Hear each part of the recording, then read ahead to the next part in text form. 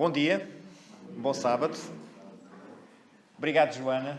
Eu acho que eu estava ali a sentar e estava sentado a ouvir e pensei assim, se calhar não vale a pena eu subir e dizer mais palavras para além destas que acabámos de ouvir. Não é? Se estiveram atentos à letra da música que a Joana cantou, ela resume tão bem aquilo que é Deus, aquilo que é o nosso Pai amado e aquilo que Ele fez por cada um de nós através de Jesus Cristo. Não é? E curiosamente, as coisas não acontecem por acaso, não é? Eu não combinei com a Joana, não sabia o que é que a Joana ia cantar, a Joana não sabia o que é que eu ia falar, mas vão ver que as coisas encaixam na perfeição. Vocês não precisam de ser adivinhos para, olhando para o título da mensagem de hoje, perceberem sobre quem é que eu vou falar. Adivinhem lá, vou falar sobre quem? De certeza?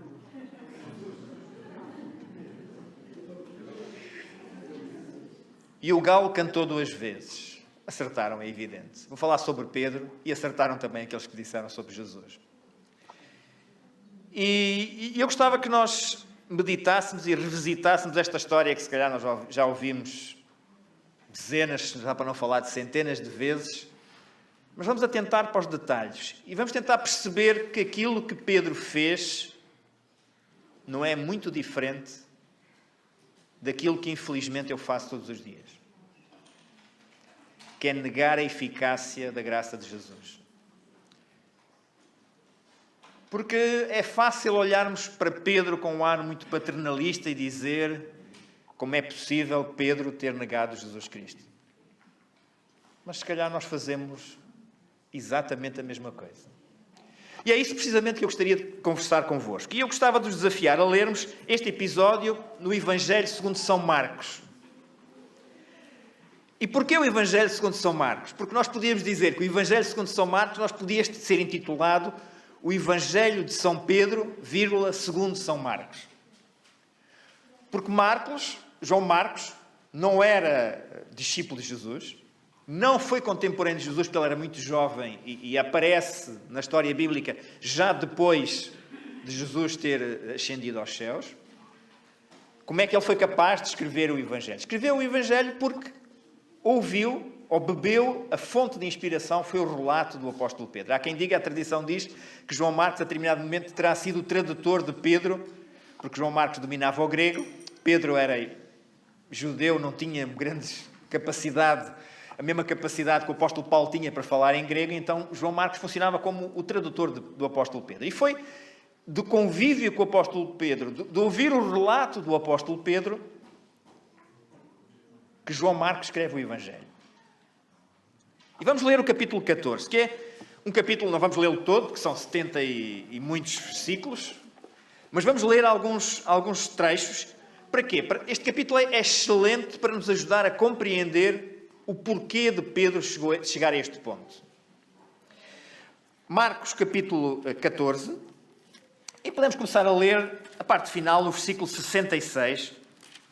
Marcos 14, a partir do versículo 66. Diz o seguinte: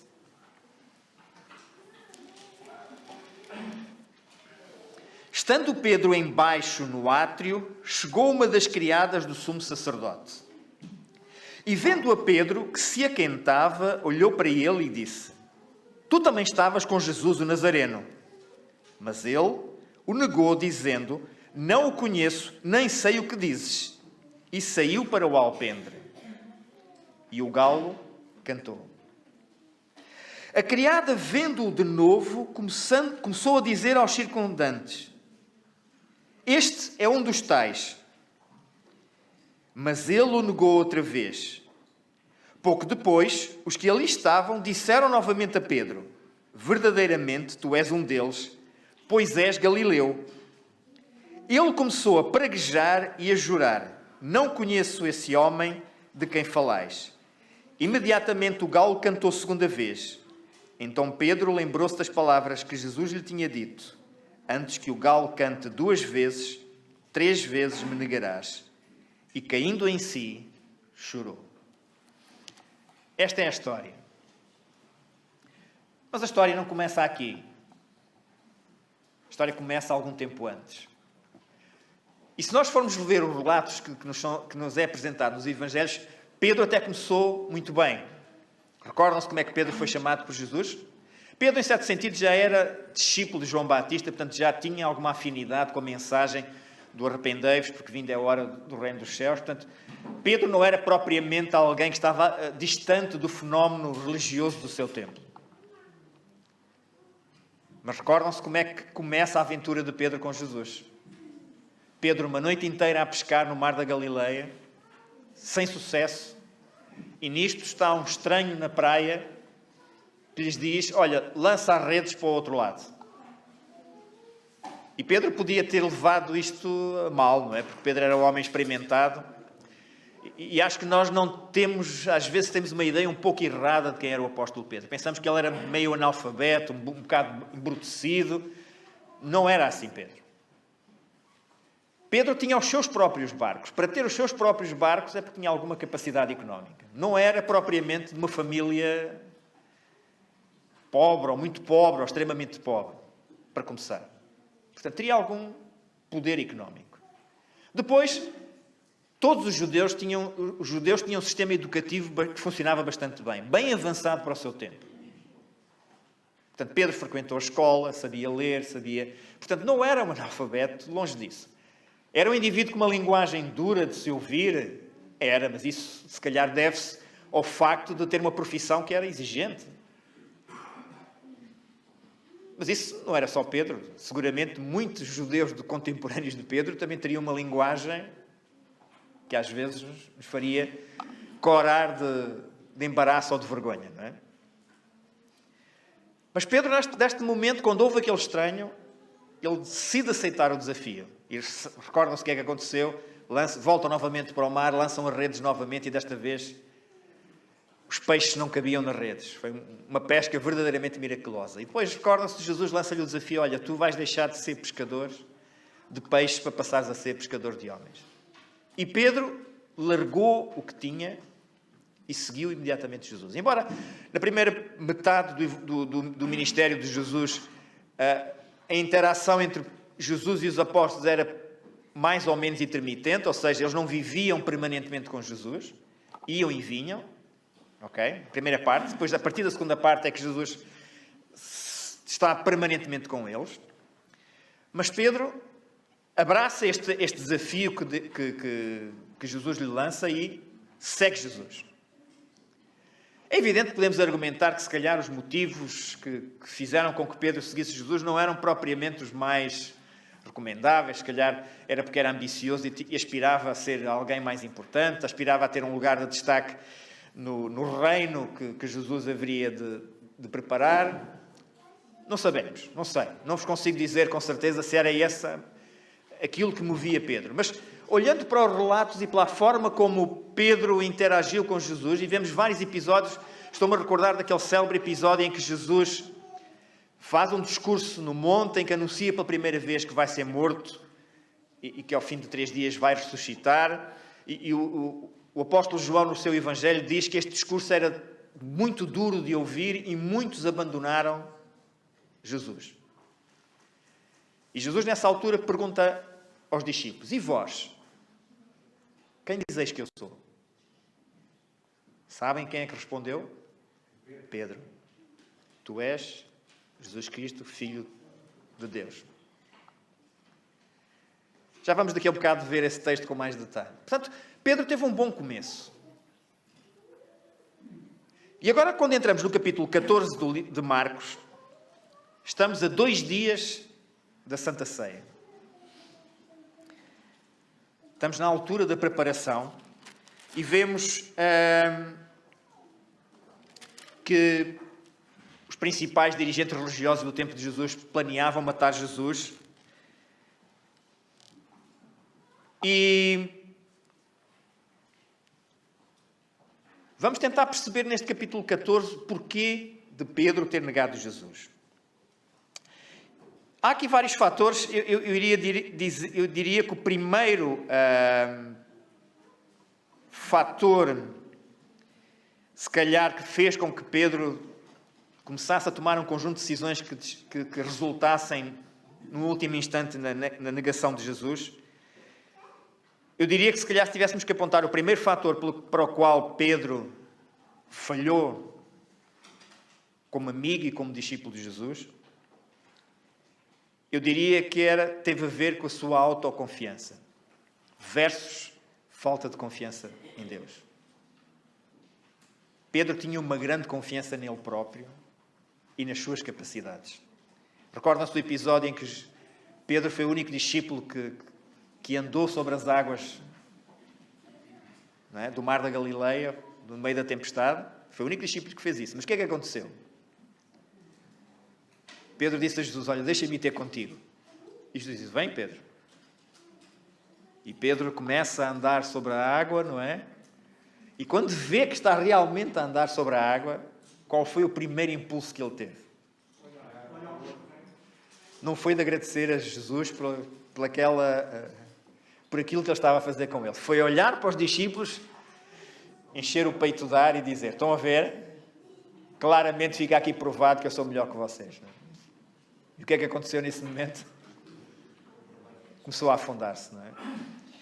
E esta sua capacidade de acreditar tanto nele próprio, que não tinha problemas nenhuns, vemo-lo claramente aqui, nesta questão, no capítulo 14 de Marcos. Se nós lemos do versículo 27, quando Jesus, depois do lava-pés, depois de terem partilhado o pão e o vinho, Jesus lança uma mensagem de advertência aos discípulos, no versículo 27. Disse-lhes Jesus: todos vós esta noite vos escandalizareis, pois está escrito: ferirei o pastor e as ovelhas se dispersarão. Mas depois que eu tiver ressuscitado, irei adiante de vós para a Galileia. Declarou Pedro: ainda que todos se escandalizem, nunca, porém, eu. Todos podem negar-te, mas eu, nunca. Jamais. Eu sou melhor que eles todos. Eles podem te desiludir, podem te abandonar, mas eu, nunca. E o que é que Jesus lhe responde? Versículo 30. Em verdade te digo hoje que esta noite, antes que o galo cante 2 vezes, 3 vezes me negarás. Mas Pedro insistia com mais veemência: ainda que me seja necessário morrer contigo, de modo nenhum te negarei. Da mesma maneira, todos os outros o disseram. Este era o estado de espírito de Pedro naquela noite. Aconteça o que acontecer, eu não te vou abandonar. É estranho esta atitude de Pedro quando, meia dúzia de horas depois, Pedro está a negar que conhecia Jesus. O que é que se passou aqui pelo meio? Mas esse estado de autoconfiança de Pedro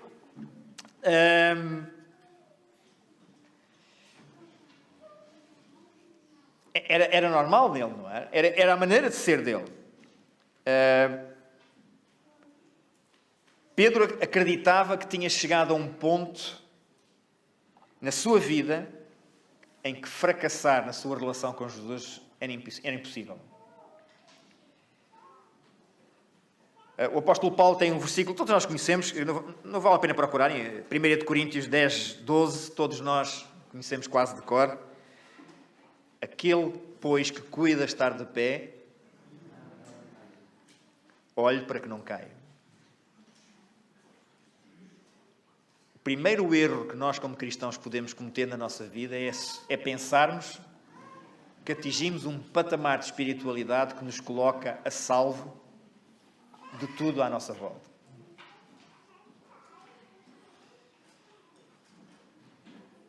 A Bíblia, em vários momentos, nos adverte contra este tipo de pensamento. Quando eu acredito na minha vida que estou acima dos que estão à minha volta, porque atingi um patamar de maturidade espiritual diferente deles, eu diria que é o início do fim. E Pedro estava neste início.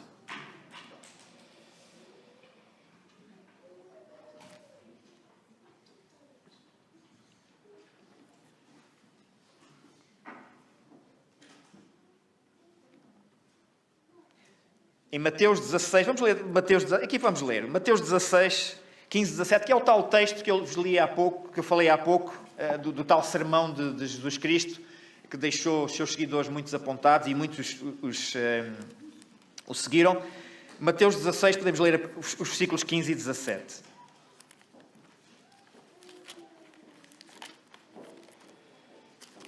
(15 a 17).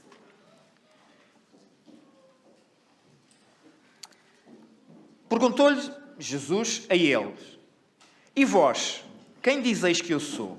E Simão Pedro respondeu: Tu és o Cristo, o Filho do Deus vivo. Respondeu-lhe Jesus: Bem-aventurado és tu, Simão Bar-Jonas, pois não foi a carne e o sangue quem te revelou, mas meu Pai que estás nos céus. Pedro tinha esta convicção de quem era Jesus.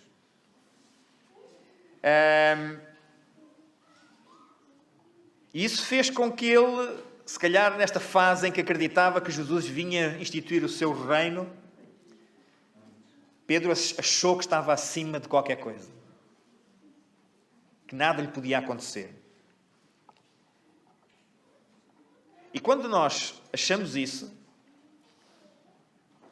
deixamos de pedir a opinião de Deus para a nossa vida. Eu já atingi uma maturidade que faz com que as minhas decisões sejam as decisões corretas. Não preciso de consultar Deus para nada. Nós temos na Bíblia dezenas de histórias de homens que fizeram isto. Sansão, o próprio Davi a determinado momento da sua vida, não é? Que atingiram um estatuto que achavam que não. As minhas decisões são as decisões corretas. Isto versus uma atitude que é aquela que se calhar nós deveríamos ter, não é? De humildade, de assumirmos que não somos nada, que falhamos muitas vezes e dependemos, quando falhamos, sentimos necessidade de depender de Deus e do seu conselho, da sua palavra. E isso vemos lá aqui claramente em Pedro, porque no momento em que vão prender Jesus... Aliás, antes disso, o segundo aspecto que fez com que Pedro tivesse alguma propensão para falhar. Vamos voltar a Marcos, capítulo 14, e agora no versículo 37 e 38. Depois da ceia, depois de Jesus ter avisado Pedro: olha Pedro, tu vais negar-me ainda esta noite. Qual deveria ser a atitude mais sensata do apóstolo Pedro? Dar ouvidos à palavra de Jesus. E devia ter ficado alerta, vigilante. Não, eu tenho que ter cuidado. Tenho que ter muito cuidado com aquilo que se vai passar nas próximas horas. Eu não quero defraudar Jesus. É impossível eu negar Jesus. Pensava Pedro neste momento. E para Pedro, como era impossível ele negar Jesus, ele nem sequer se preocupou. E sabem porque é que eu digo que ele nem sequer se preocupou? Vamos ler então o versículo 37 e 38 do capítulo 14. Jesus vai para o Getsemane. É um dos momentos mais difíceis do ministério de Jesus. Jesus está numa agonia tremenda, profunda, porque compreende que este é o momento decisivo do seu ministério. E ele precisava de algum apoio. E leva os 3 companheiros do costume. Pedro, Tiago e João. E Jesus diz: olha, eu vou aqui orar, vou passar alguns momentos em oração. Por favor, fiquem vigilantes comigo. E o que é que acontece? Reparem, eles não foram capazes de compreender o momento que estavam a viver. Para eles era uma noite exatamente igual a todas as outras noites. Não se passava nada de extraordinário. Jesus era normal fazer isto, passar longos momentos em oração. Portanto, olha, deixa eu ir e nós vamos aqui descansar um bocado. E adormeceram. E quando Jesus volta, lemos então agora no versículo 37 e 38. Então voltou aos seus discípulos e encontrou-os a dormir. E disse a Pedro: Simão, tu dormes? Não pudeste vigiar nem uma hora? Vigiai e orai, para que não entreis em tentação. O espírito, na verdade, está pronto, mas a carne é fraca. Agora eu pergunto. Estavam ali 3 discípulos. Porquê é que Jesus se dirige explicitamente a Pedro? Não é estranho? É um segundo aviso de Jesus Cristo. Pedro, Ainda há momentos que acabei de te avisar que esta noite tu vais negar que me conheces. E mesmo assim, sabendo que vais atravessar um momento difícil da tua vida, em vez de passares estes momentos em oração, fazer uma vigília comigo, pedindo a Deus que te ajude a enfrentar os momentos que tens pela frente, o que é que tu fazes, Pedro? Dormes tranquilamente. Foi Jesus a dizer a Pedro mais uma vez: Pedro, tu ainda não compreendeste o que é que se vai passar. E por isso é que ele diz: vigia e ora, para que não entres em tentação. Jesus tem plena consciência que aquilo que se vai passar com Pedro é muito simples. Ele vai ser tentado por Satanás e não vai resistir. E não vai resistir porque, em primeiro lugar, Pedro acha-se o maior. E como se acha o maior, Satanás é impotente contra mim. E em segundo lugar, Pedro não depende da força e do auxílio de Deus, não depende da oração. E a oração é importante para isso.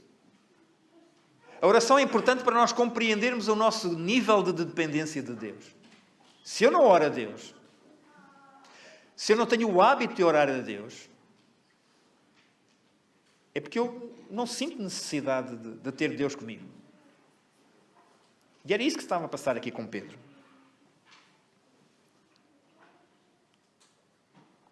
Mas a história continua e entramos no terceiro aspecto que fez com que Pedro falhasse redondamente. Logo depois de Jesus ter terminado os seus momentos de oração, houve-se um ruído ao fundo de uma multidão que avançava na sua direção. Nós sabemos o que é que se passou. Judas trai Jesus, dando-lhe um beijo, e isso era o que tinha ficado combinado com os soldados. Aquele a quem eu der o beijo é esse que vocês vão ter que prender. E quando os servos do sumo sacerdote se aproximam de Jesus para o agarrar e para o prender, o que é que faz Pedro?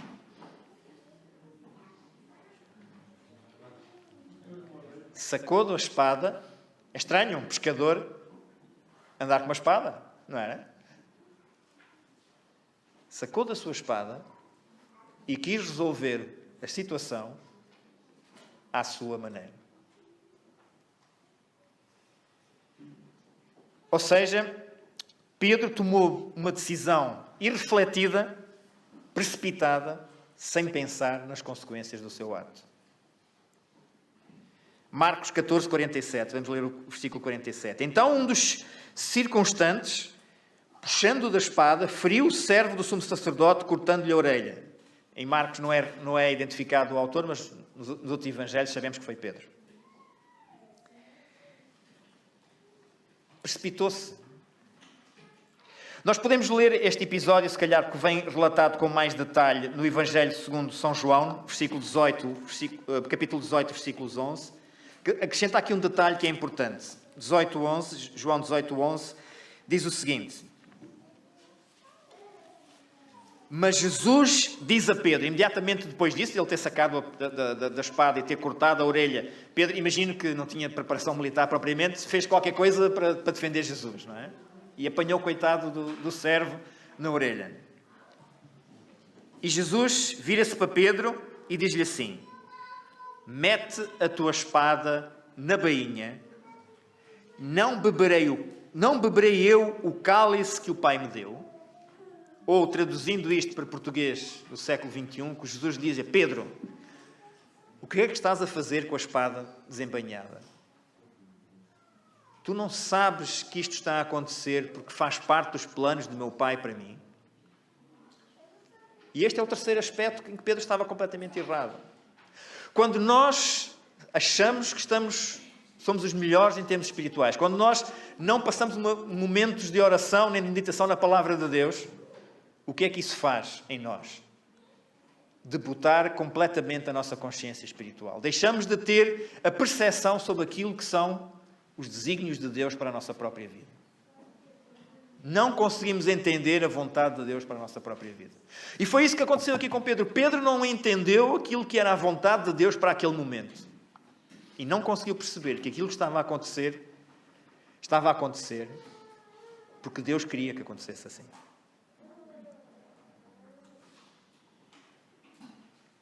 E agora reparem.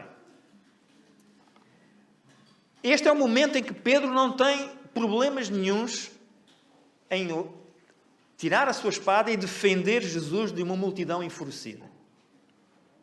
Como é que este homem, 2 ou 3 horas depois, está a negar Jesus? Reparem, não é? Pedro está aqui, pensa que nada vai acontecer. Jesus vai acontecer aqui qualquer coisa, vão descer anjos do céu e vão aqui de repente fazer aqui um volte-face na situação e Jesus finalmente vai se manifestar e vai cumprir aquilo que era o seu, na perspectiva de Pedro, o desígnio para Jesus. Instaurar um reino terrestre, físico, material. E quando Pedro percebe que está completamente errado, que não é isso que está a acontecer, não é isso que vai acontecer e que Jesus vai realmente morrer, tal como lhes tinha dito, o mundo de Pedro desaba completamente. E ele passa do homem mais forte do mundo para o maior cobarde do mundo. Reparem, como é que ele nega a Jesus? Foi perante o sumo sacerdote chamou-o como testemunha e perguntou-lhe, olha, tu és discípulo de Jesus? Foi perante as autoridades, perante aqueles que tinham poder material para lhe fazer algo mal? Não foi perante esses homens, pois não? Acham que as criadas do templo, ou que os criados do templo tinham algum poder para fazer mal a Pedro? Então porquê que Pedro nega a Jesus? Não é? Não é estranho? Não acham estranho isto? Eu admitiria que Pedro tivesse negado a Jesus perante o sumo sacerdote, se tivesse uma lança ou uma espada a apontar no coração, a dizer, olha, tu, se conheces este homem, vais ser morto também como ele? Aí admitiria que ele... Agora, eram pessoas normais, pessoas comuns como ele. E Pedro está nesta desilusão, está desapontado porque realmente aquilo que ele acreditava ser Jesus e aquilo que ele acreditava ser a missão de Jesus, pelos vistos, não ia ser assim. E é neste tumulto de emoções que Pedro podia ter ido a qualquer outro sítio aquecer-se. Mas porquê é que ele escolheu aquecer-se com aqueles que estavam a escarnecer de Jesus? Este é o quarto aspecto negativo que fez com que Pedro, uns minutos mais tarde, fosse negar Jesus. Ele procurou a companhia daqueles que eram os menos recomendáveis possíveis para poder estar naquele momento. Porquê é que ele não foi ter com os outros discípulos e juntos enfrentavam a situação? Pedro estava completamente perdido. E isto é o que acontece não só ao Pedro, mas acontece a todos nós quando nós passamos pela mesma experiência de Pedro. Quando nós achamos que somos os maiores do mundo e falhamos. Porque depois compreendemos que afinal não somos os maiores do mundo. E que podemos falhar a qualquer momento. Porque nós não temos na nossa mente bem clara a visão sobre qual é o plano de Deus para a nossa vida. Então tomamos decisões precipitadas. Depois sofremos consequências dessas decisões precipitadas. E se nós não pararmos e pusermos um travão, isto pode gerar uma avalanche de emoções que podem depois, mais tarde, levar-nos a afastar-nos completamente de Deus. Pedro não estava muito longe daquilo que estava exatamente naquele momento Judas a sentir. Ambos tinham traído Jesus. E reparem só como é que a coisa funciona e por isso o detalhe que nós encontramos no livro de Marcos. Quando a primeira criada pergunta a Pedro, Pedro, olha, tu também eras um que andavas com ele. E Pedro diz assim, não tem nada a ver com ele. E o galo cantou. Este pormenor aqui eu acho que é incrível. É Deus a dizer, é Jesus dizer a Pedro, olha Pedro, eu tinha-te avisado. Ainda vais a tempo. E Pedro podia-se ter lembrado das palavras de Jesus e ter parado por ali. Mas logo a seguir o que é que acontece? Vem outro servo e diz, olha tu, a maneira como tu falas e tudo, isso não é de certeza, tu falas como ele. És da Galileia e tudo, portanto, provavelmente pela pronúncia dava para perceber quem era da Galileia e quem não era, não é? Assim como nós sabemos aqui quem é do norte e quem é do sul. E Pedro já era tarde demais. Já não conseguiu parar. E quando nós começamos neste turbilhão de emoções e de sentimentos negativos que nos afastam de Deus, é difícil parar. E às vezes temos que bater no fundo para conseguirmos parar. E foi isso que aconteceu com Pedro. Quando ele pela terceira vez nega a Jesus e o galo canta novamente, como diz o versículo, foi aí que ele caiu em si. E disse, como é que é possível? E saiu dali a chorar amargamente. Pedro, o homem que enfrentava tempestades, que era um duro de primeira, sai daquele pátio, daquele templo, destroçado, a chorar por ter traído a confiança do seu Senhor, do seu Mestre. Meus caros, esta foi a história de Pedro, mas esta história não é muito semelhante à nossa história em alguns momentos da nossa vida, em que nós achamos que somos os maiores. Não preciso de ler a Bíblia, não preciso de ler a escola sabatina, estudar a escola sabatina, porque eu já sei isso tudo. Estão sempre a repetir as mesmas coisas. Orar é suficiente aquilo que... Manhã à noite e ao jantar, manhã ao almoço e ao jantar já chega. Isso faz com que nós lentamente nos vamos afastando de Deus e quando temos que tomar decisões, a maior parte das vezes essas decisões não são inspiradas pelos princípios de Deus, não são inspiradas pelo sentido daquilo que nós compreendemos que é o plano de Deus para a nossa vida. E depois sofremos as consequências dessas más decisões. E quantas vezes depois nós batemos no fundo? Caímos bem fundo. E a história teria sido dramática se tivesse terminado por aqui. Mas graças ao amor e à misericórdia de Deus, a história não terminou por aqui, pois não? A história é retomada de uma forma absolutamente incrível. Como? Depois da ressurreição de Jesus, o que é que Pedro voltou a fazer? Voltou à pesca. Pedro sentia-se tão mal, tão incomodado, que a tentação que ele teve foi voltar à vida antiga dele. E esta, meus caros amigos, é um risco que nós corremos todos. Que é quando estamos assim nestes momentos difíceis da nossa vida em que sentimos que abandonamos Deus, que defraudamos Deus, é voltar à nossa vida antiga. É o pior que nos pode acontecer. E o mais incrível na história de Pedro é que não foi Pedro que foi ter com Jesus e pedir-lhe perdão. Foi Jesus que foi ter com Pedro. E novamente a história se repete. Pedro está no seu barco, a coisa não correu bem, e chega um estranho na praia que lhe diz, Pedro, olha, lança outra vez as redes.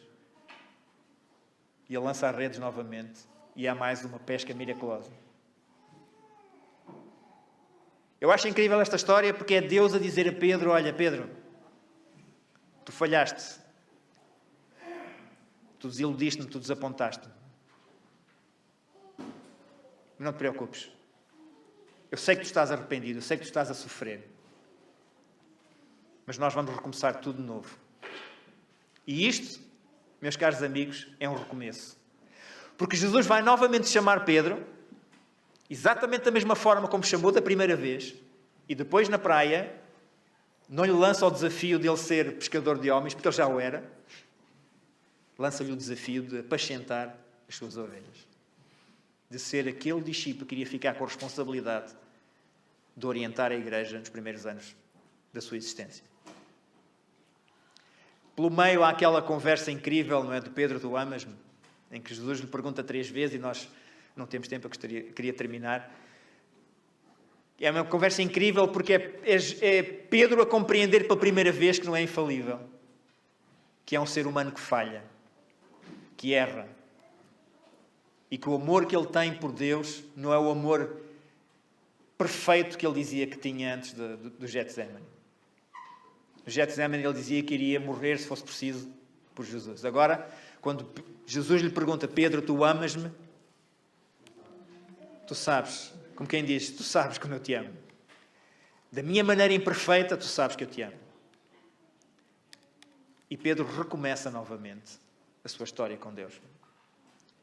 Foi Pedro perfeito a partir daí? Não. Vemos ao longo dos relatos em Atos, sobretudo nos escritos do apóstolo Paulo, algumas asneiras que ele fez. Nomeadamente, distinção entre pessoas que ele fazia, tratava melhor os judeus do que os gentios. Era um ser humano na mesma. Mas era um ser humano que, à sua maneira imperfeita, amava a Deus. Curiosamente, já agora é um parênteses que eu faço aqui, descobri uma coisa quando estava a preparar este estudo. Lá está, a Bíblia é incrível porque é tipo as cebolas, não é? Uma pessoa vai tirando casca sobre casca e tira uma casca e há lá cascas por baixo ainda continuam com coisas novas. Descobri que, pelos vistos, a mulher de Pedro acompanhou em determinado momento o apóstolo Pedro nas suas viagens missionárias. Sabiam disso? Há um texto do apóstolo Paulo em que ele fala que eu quero ser... Vamos ler já agora, só por curiosidade. Deixa eu ver se eu encontro aqui. Eu não sei se pus aqui nas minhas notas. Se calhar não. Pronto, vão ter que acreditar em mim, pois eu posso partilhar convosco. O apóstolo Paulo diz que eu prefiro andar sozinho, não sou como alguns apóstolos, como Simão, que viaja com as suas mulheres. Há um texto em 1 Coríntios, não estou em erro, que ele fala sobre isso. Foi um homem dedicado, não é? Curiosamente, a ideia que eu tinha é que ele provavelmente já seria viúvo e que por isso é que pôde fazer a vida que fazia, mas não. Pelos vistos, aparentemente, há a indicação de que o apóstolo Paulo dá uma pista sobre isso. Não é? Mas foi um homem que morreu e acho incrível a forma como ele morreu. Para nós vermos como ele cresceu espiritualmente. O homem que se achava mais forte do mundo, como é que ele morreu? Obviamente não está relatado na Bíblia, mas a tradição diz assim. Morreu crucificado também como Jesus, mas ele dizia que não era digno de morrer como Jesus Cristo, morreu ao contrário. Crucificaram-no ao contrário.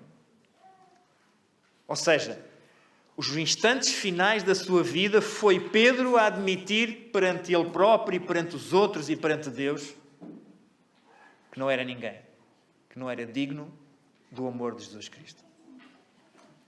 E isto é um indicador claro que na sua viagem espiritual Pedro cresceu como pessoa e ganhou muita maturidade. Meus amigos, o galo cantou 2 vezes para Pedro. A questão que eu gostaria de deixar para todos nós esta manhã, e não quero obviamente que me respondam, é: quantas vezes é que o galo tem cantado nas nossas vidas? Quantas vezes é que Deus tem feito tudo para nos chamar a atenção para o aspecto da nossa vida em que nós estamos a negar a eficácia do seu amor? É muito fácil fazermos isso. Faço um parênteses, sobretudo para os mais novos. É difícil estarmos no recreio de uma escola, ou de um colégio, ou de um liceu, ou de uma universidade, e quando toda a gente está a ridicularizar com o cristianismo, ou até com Jesus Cristo, ou até com Deus, é difícil nós defendê-lo. É mais fácil fazermos como Pedro fez com os criados e com os servos. Começarmos a dizer baboseiras só para nos misturarmos com os demais. É difícil para nós mais adultos fazer a mesma coisa no local de trabalho. Quando os outros ridicularizam, nós assumirmos publicamente: não, vocês estão errados. É difícil. Mas é por isso que nós estamos aqui.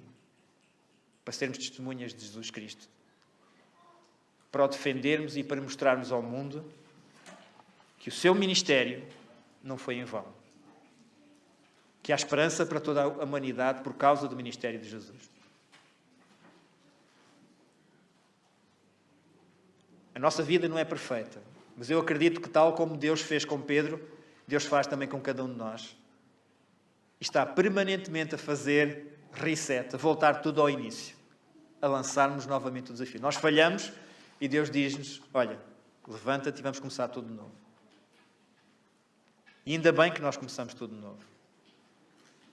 Porque a alternativa era fazermos como Judas fez. Judas tinha o mesmo turbilhão de emoções que Pedro tinha, só que Judas não conseguia amar Deus, não conseguia amar Jesus. A aproximação que ele fez a Jesus foi meramente por interesse. E isso fez toda a diferença no desfecho final de ambas as histórias. Judas suicidou-se porque ele tinha fracassado. Pedro, pelo contrário, preferiu reconhecer que tinha fracassado também, mas preferiu pedir perdão a Deus e admitir perante Deus que, afinal, ele falhava e não era perfeito. E por isso, meus caros, para terminar, o desafio que eu gostaria de vos lançar esta manhã era que nós realmente meditássemos nesta história neste sentido. Pedro não é um discípulo malandro lá que fez isto que fez há não sei quantos mil anos atrás. Pedro era um ser humano exatamente igual a mim, que falha ou que falhou exatamente como eu falho. E por isso aquilo que nós devemos aproveitar nesta história é retirar dela ensinos importantes para a nossa própria vida. Para reconhecermos que realmente Deus quer fazer coisas grandiosas connosco. Mas nós temos que estar disponíveis para Ele. E o meu desejo honesto e sincero esta manhã é que todos nós saibamos, quando o galo cantar na nossa vida, saibamos reconhecer que falhamos e pedir perdão a Deus e pedir-lhe que nos ajude a recomeçar tudo de novo. E Deus não falha e vai fazer sempre isso. Que Deus vos abençoe. Um bom sábado.